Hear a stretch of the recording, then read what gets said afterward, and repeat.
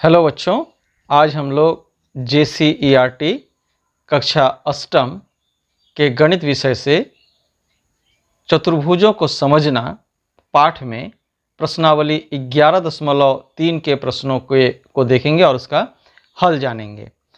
तो बच्चों, यहाँ दिया गया है निम्नलिखित कथन सत्य है या असत्य, यानी कि इसको पढ़ना है और ये सत्य है तो इसे सत्य लिखना है और यदि असत्य है तो उसके सामने असत्य लिखना है। तो जैसे दिया गया है सभी वर्ग आयत होते हैं, तो बच्चों हमें सबसे पहले इनकी परिभाषा को अच्छी तरह से याद रखना है, तभी इनके उत्तर हम आसानी से लिख सकते हैं। तो सभी वर्ग आयत होते हैं क्योंकि वर्ग के 4 भुजा होते हैं और इसमें सभी भुजा एक दूसरे से बराबर होते हैं और आयत में जो है केवल आमने सामने की भुजाएं बराबर होती है और वर्ग में भी आमने सामने की तो भुजा बराबर होंगी ही, इसलिए यह जो है सत्य है। तो इसको सत्य लिखेंगे, इसलिए हमने यहाँ पर टिक मार्क कर दिया। आगे बी नंबर, सभी समांतर चतुर्भुज समचतुर्भुज होते हैं, ये सही नहीं है। ठीक है, समांतर चतुर्भुज में जो है सभी समांतर चतुर्भुज समचतुर्भुज नहीं होते हैं, तो ये जो है गलत हो जाएगा। ठीक है, ये असत्य हो जाएगा, तो इसको असत्य को हम क्रॉस कर दिए। सभी वर्ग समचतुर्भुज होते हैं, तो वर्ग में जो है 4 भुजा होती है और समचतुर्भुज में भी 4 भुजा होती है। ठीक है, और वर्ग में भी चारों भुजा आपस में बराबर होते हैं, समचतुर्भुज में भी बराबर होते हैं, तो ये जो है सही है, यानी कि इसमें आप सत्य लिखेंगे। हमने टिक कर दिया इस पर। सभी पतंग समचतुर्भुज नहीं होते हैं, तो सभी पतंग समचतुर्भुज नहीं होते हैं। ठीक है, तो पतंग जो है आपको किसी भी प्रकार का हो सकता है कि इस प्रकार का हो, तो इस प्रकार का अगर होंगे तो ये जो है ये आपको समचतुर्भुज के आकार का हो गए, यानी कि इसके चारों भुजाएं जो है बराबर है और फिर आपको इस प्रकार से भी हो सकते हैं। ठीक है, इस प्रकार से भी ये हो सकते हैं। तो यहाँ पर क्या देख रहे हैं कि ये जो है ये दोनों भुजा तो आपस में बराबर है परंतु ये भुजा इसके साथ में बराबर नहीं है। ठीक है, तो ऐसी स्थिति में ये जो है समचतुर्भुज नहीं होते हैं, सभी पतंग जो है समचतुर्भुज नहीं होते, ये सही है, तो इसको टिक कर दिए। इसको आप सत्य लिखेंगे। सभी समलंब समांतर चतुर्भुज होते हैं, सभी समलंब जो है समांतर चतुर्भुज होते हैं, ये गलत है। ठीक है, इसको क्रॉस कर दिए। फिर आगे है सभी वर्ग समलंब होते हैं, सभी वर्ग जो है वो समलंब होते हैं, ये सही है, तो इसको आप जो है सत्य लिखेंगे। आगे जो है जी नंबर में सभी वर्ग समांतर चतुर्भुज नहीं होते हैं। ठीक है, तो ये भी जो है गलत है, सभी वर्ग जो है समांतर चतुर्भुज होते हैं, इसलिए ये गलत है। ठीक है, अब हम लोग प्रश्न संख्या 2 को देखेंगे और उसका हल करेंगे। तो बच्चों यहाँ प्रश्न दिख रहे हैं हम 2 नंबर में, दिखाइए कैसे एक वर्ग 1 नंबर एक चतुर्भुज है, 2 नंबर एक आयत है, 3 नंबर एक समचतुर्भुज है और 4 नंबर एक समलंब है। हमने प्रश्न को देख लिया, अब इसका हल कर। तो सबसे पहले दिया गया है एक वर्ग एक चतुर्भुज है।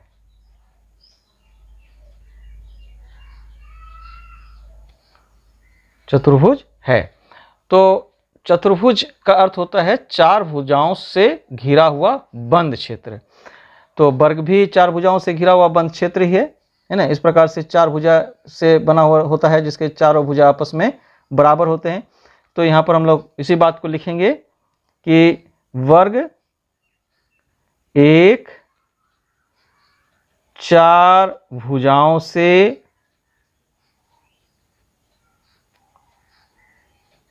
घिरा हुआ बंद क्षेत्र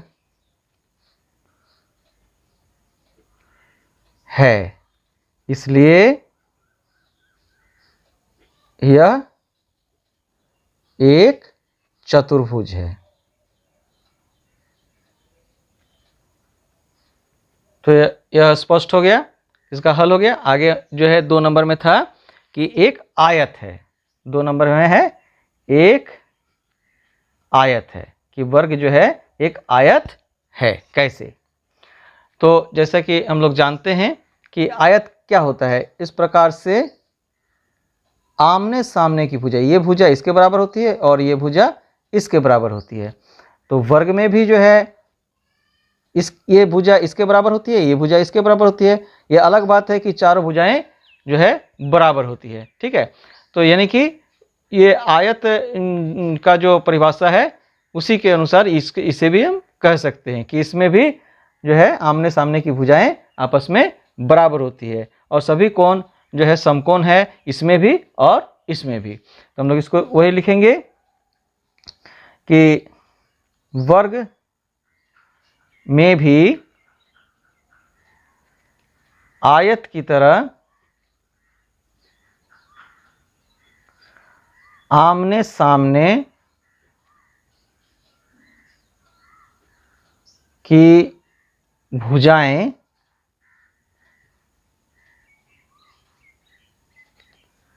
आपस में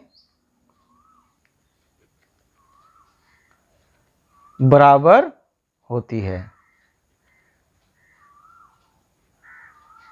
अतः यह एक आयत भी है, आयत भी है। तो इस प्रकार से यह हो गया।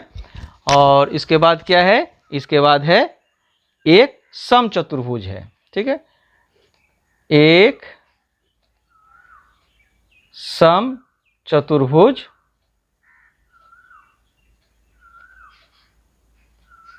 है। ठीक है,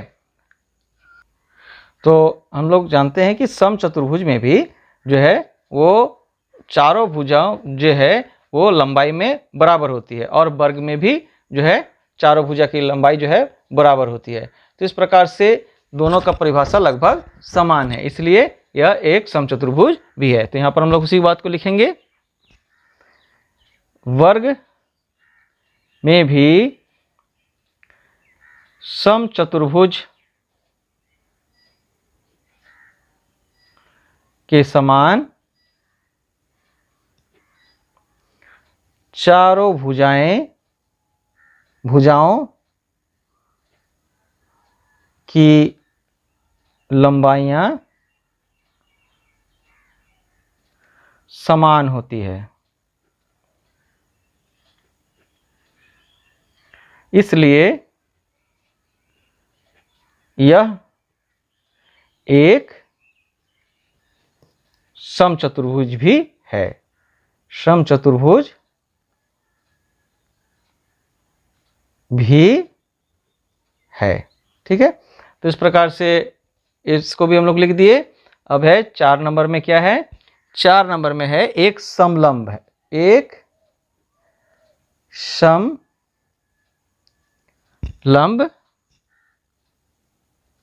है। ठीक है, तो जैसा कि हम लोग जानते हैं कि समलंब चतुर्भुज में कोई भी एक जोड़ा है रेखा, वो बराबर तो नहीं होते हैं परंतु समांतर होते हैं, एक दूसरे के समांतर होते हैं। ठीक है, तो वर्ग में भी जो है उसके आमने सामने के रेखाएं बराबर और समांतर होती है, इसलिए हम कह सकते हैं कि एक वर्ग जो है वो एक समलंब चतुर्भुज भी है। ठीक है, तो हम लोग इसको लिखते हैं, समलंब चतुर्भुज के समान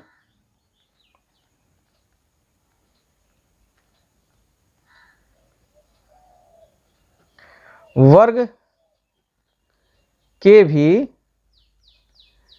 आमने सामने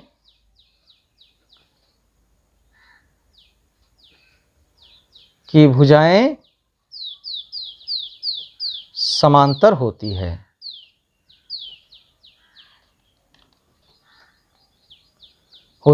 ठीक है, इसलिए यह एक समलंब भी है।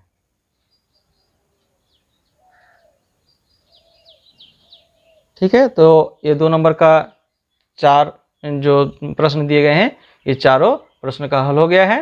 अब हम लोग 3 नंबर के प्रश्न को देखेंगे और उसका हल करेंगे। तो बच्चों आप देख रहे हैं 3 नंबर का प्रश्न दिया गया है, क्या आप इन चतुर्भुजों के नाम बता सकते हैं जिसके विकर्ण 1 नंबर में है एक दूसरे को समद्विभाजित करते हैं, 2 एक दूसरे को लंब समद्विभाजित करते हैं, और 3 बराबर है। ठीक है, इसको प्रश्न को हम लोग देख लिए, अब इसका हल करते हैं। तो बच्चों यहाँ पर हमने प्रश्न को लिख दिया है और यहाँ जो है देखते हैं कि जैसे समद्विभाजित करने का क्या अर्थ हुआ। ये मान लेते हैं कि एक चतुर्भुज है और ये जो पहला हम दाग खींचते हैं इसको कहते हैं कर्ण। ठीक है, और फिर जब ये दो दाग हो जाता है तो ये हो गए विकर्ण। तो ये दोनों दाग अब विकर्ण कहलाते हैं। ठीक है, तो इस प्रकार से ये जो बीच में ठीक भाग करते हैं, ये दोनों जो है इसे एक दूसरे को कहाँ काट रहे हैं, एकदम ठीक बीच में। यानी कि अगर इस भाग को और इस भाग को मापा जाए तो ये दोनों बराबर हो जाएंगे, इसको और इसको मापा जाए तो ये बराबर हो जाएंगे। तो इसको कहते हैं समद्विभाजित करना। तो ऐसा हमें किन किन क्षेत्र में मिलता है? हमें मिलता है वर्ग के क्षेत्र में, आयत के क्षेत्र में, समचतुर्भुज के क्षेत्र में और समांतर चतुर्भुज के क्षेत्र में। तो हम सारे का नाम लिखेंगे, क्या क्या हम लिखेंगे? वर्ग, आयत, समचतुर्भुज,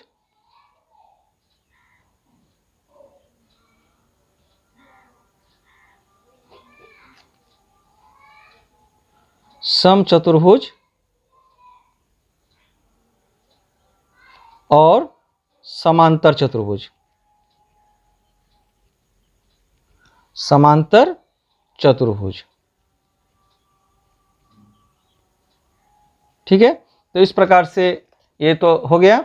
और अगला प्रश्न है, एक दूसरे को लंब समद्विभाजित करते हैं। तो इसको जैसे यह एक वर्ग है, ठीक है, और इसमें चारों भुजा आपस में बराबर है और इस प्रकार से ऊपर से एक लंब और यहाँ से, तो यहाँ पर जो है कोण बनते हैं ये सारे 90 डिग्री के हैं। समचतुर्भुज में भी एक ही है, इसमें भी चार भुजाएं हैं, चार भुजाएं हैं और इसमें भी जो है ये जो विकर्ण एक दूसरे को काटते हैं वो 90 डिग्री पर ही काटते हैं। तो इसलिए इसका उत्तर क्या हो जाएगा? समचतुर्भुज, समचतुर्भुज और वर्ग। ठीक है, तो इस प्रकार से इसका उत्तर हो गया। आगे 3 नंबर का प्रश्न था कि विकर्ण किसमें बराबर होते हैं। तो चूंकि ये वर्ग जो है, वर्ग में चारों भुजा बराबर होते हैं और इसलिए जब विकर्ण एक दूसरे को काटते हैं तो वो बराबर ही होते हैं। इसका जो माप किया जाएगा तो ये दोनों बराबर होंगे। साथ ही आयत का क्षेत्र में भी, आयत में भी जो है आयत के जो विकर्ण हैं वो भी एक दूसरे के बराबर होते हैं। ये विकर्ण और इसके बराबर होते हैं। तो यहाँ पर हम लोग क्या लिखेंगे? आयत और वर्ग, आयत और वर्ग। ठीक है, अब हम लोग 4 नंबर के प्रश्न को देखेंगे और उसका हल करेंगे। तो बच्चों 4 नंबर का प्रश्न इस प्रकार से दिया गया है। आकृति में ABCD एक वर्ग है, तो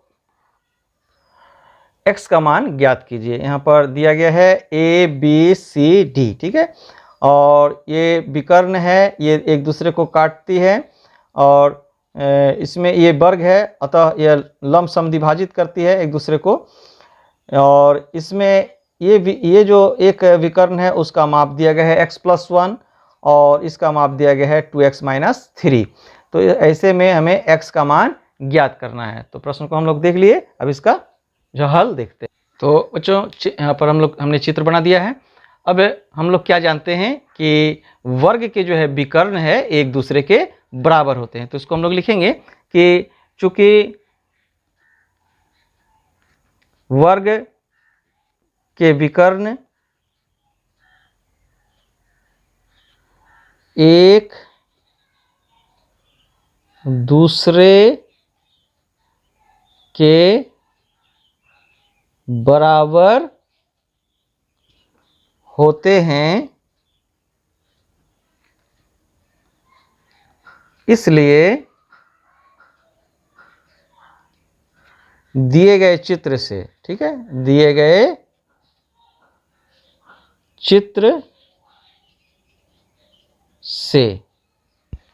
चित्र से क्या हम लोग पा रहे हैं कि यहाँ पर ये जो रेखा है OD ये OC के बराबर होने चाहिए, क्योंकि ये बराबर है सारे, तो हम लोग उसी को लिखेंगे कि OD बराबर OC। ठीक है, इसलिए OD का मान कितना दिया गया है? OD का मान यहाँ पर दिया गया है 2x - 3 और OC का मान है x + 1, तो उसको हम लोग लिखेंगे OD = 2x - 3 बराबर x + 1। इसलिए 2x और इस x को इधर ले आएंगे तो ये माइनस हो जाएगा, और ये -3 को इधर ले आएंगे तो ये प्लस हो जाएगा। ठीक है, 2x से x को माइनस करेंगे तो हो जाएगा x, और 1 में 3 को जोड़ेंगे तो हो जाएगा 4, तो ये हो गया 4। x का मान कितना प्राप्त हुआ? 4, यही हमें ज्ञात करना था, है ना। तो इस प्रकार से 11.2 के सभी प्रश्नों के हल हो चुके हैं। यदि वीडियो अच्छा लगा हो तो वीडियो को लाइक करना, अगर अभी तक चैनल को सब्सक्राइब नहीं किए हो तो इसे अवश्य सब्सक्राइब करके रखना, ताकि आगे आने वाले वीडियो का नोटिफिकेशन आपको समय पर मिल सके। इसके लिए आपको बेल आइकन को भी प्रेस करके रखना है। साथ ही वीडियो को ज़्यादा से ज़्यादा अपने दोस्तों के बीच शेयर करें, ताकि सभी को इसका लाभ मिल सके। ठीक है, तो मिलते हैं अगले वीडियो में।